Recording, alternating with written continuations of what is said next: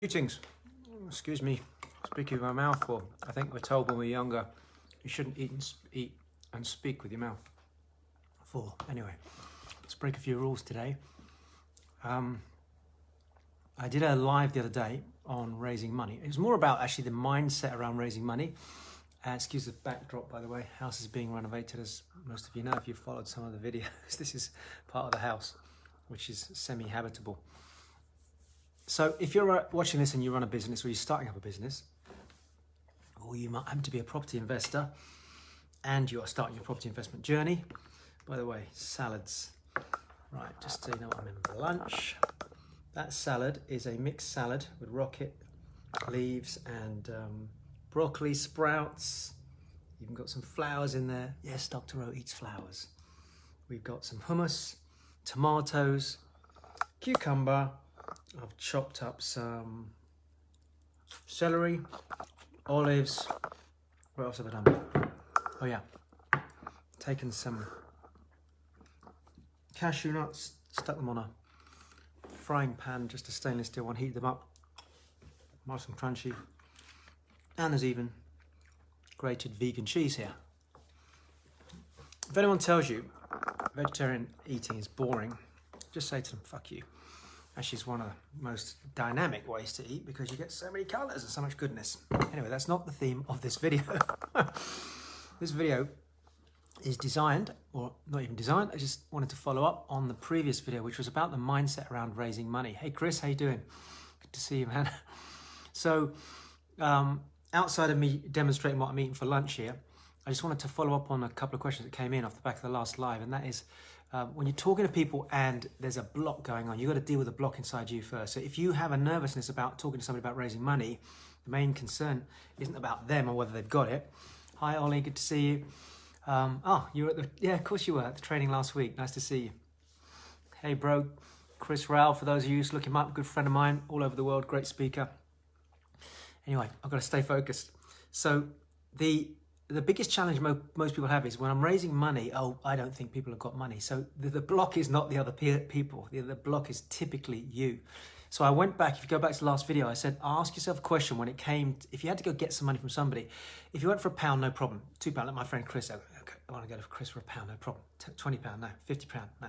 £100, not a problem. £1,000, Now there'll be a point when somebody has a little bit of tension coming in. That tension is where the block kicks in. So we've got to identify what those blocks are. Now, when I'm coaching people, one of the questions I ask is, what are the consequences of you not doing this? And that's a great question to ask when it comes to raising money. What are the consequences of you not doing something? Now, we're talking about raising money right now, but it could be anything. It could be doing your internet business, which is what Chris specializes in, online, that type of thing. It could be raising money for your property business. It could be raising money for a refurbishment.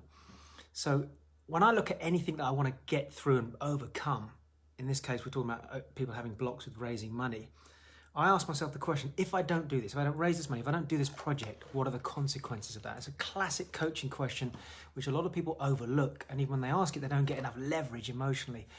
I want to get the pain of that person. Like those of you that were on my weekend last weekend, and I was doing some stuff on real estate. Yeah, there's an opportunity to sign up and do some courses. If you don't do the courses, what do? You sit there and think, I'd like to get into property. Maybe I'll give it a go. Consequences are you probably lose a lot of money. Whereas if you make the investment in yourself, you do it right, the consequences are then you get a structured, safe approach to building a property business. When it comes to raising money, think of two consequences. Don't focus on just your consequences. Think about the person you're raising money from. So for example, you may have a friend of yours that's got 100 grand sat at a bank making less than 0.5%, which is hard. Well, I mean, if you look at it from £100,000, that's £500 a year in interest, and that's being eroded by about 2.5 grand due to inflation. So they're making a loss in that first year. If you go look at the numbers. So the consequences to them is their money is not going to grow over these next 4, 5, 6 years. Just go look at the stats, look at where we're going, interest rates, etc. You can do your own research on this. So what you do is you lay the consequences down for them. Same thing when I'm talking to people about health. You know, I've been eating healthy food for a couple of decades now. And people used to laugh at me. Chris might remember this back in the old days. He used to come out and crew, and I'd be sat there eating my veggie food, and there'd be the young'uns eating these big slabs of ribs going, I don't worry about that stuff, Ro. Eat this. This is going to make you a man. And then you meet people 20 years later and they're like, oh God, I've got arthritis or I'm sick or whatever, and they've eaten a load of shit over. The consequences of not looking after your health are huge in the future. The consequences of not looking after your finances are huge in the future. So somebody's got money sat in a bank, sitting there for 5 years. If you could offer them through a loan to your company, for example, and again, you've got to seek professional advice. I can't give you advice on a video like this. But just imagine for a minute, they're making 5% a year. That's £5,000 a year on £100,000 over 5 years is approximately £25,000. If you want to compound, it's going to be more than that. Well, £25,000 versus £500 a year is a no-brainer. So the way to position any offer to somebody, and this is kind of a sales thing, and Chris who's watching will know this because this is his speciality, is you've got to people have to make it realize the benefits and the features of what you're offering. So one thing is, this is what we give you over this period of time, and this is how it's going to work, and that's the structure, the features. The benefits are you can go on holiday every single year for the next 5 years. Think about that for a minute, £5,000 holiday a year. If they lend you more for a longer period of time, you might offer them a bigger interest rate. So I learned very quickly not to think about what my blocks were, but to think about the pain of the other person. They've had this money sat there. It's not working for them. You know, maybe they want to do I had one person that wanted to do an operation for his wife, and that money, yeah, Chris changed his life years ago. Brilliant, good, well done, more energy. That's 100% correct. And there's me, look at me. I'm still 20 years on, Chris, 54, man, still feeling young. Anyway, go back to the point. Well, actually, no, that is the point. Point is this: stop getting hung up about what other people are going to think about you. If you know somebody that has money sat there, wants to help, wants to be involved, wants to do a joint venture with you, wants to lend money, or is just pissed off because the money's doing nothing, give them a chance. Just say to them, I'd like to sit down with you. Our company, we work with people like yourselves. You know, we can structure this the right way through the lawyers and do it financially the correct way. If you had £25,000 in a bank account in 5 years' time, as opposed to £2,500, how would that interest you? And they just sit there and go, how's that even possible? And that's when you sit down with them and you say, look, I've noticed a lot of people frustrated. 5 years, the money's doing nothing. So how about we talk?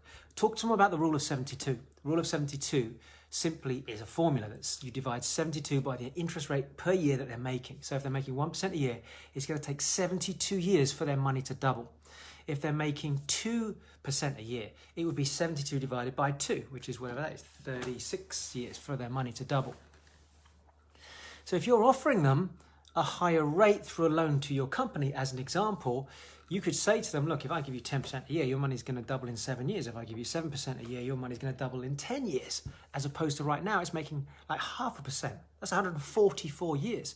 So one of the things that I find works really well when you're dealing with somebody and it comes to finances, looking at the situation where they want to do something with it, is you ask them to talk through the consequences of them leaving it there. Let them tell you their pain, and off the back of that pain, then you show them what your offering is.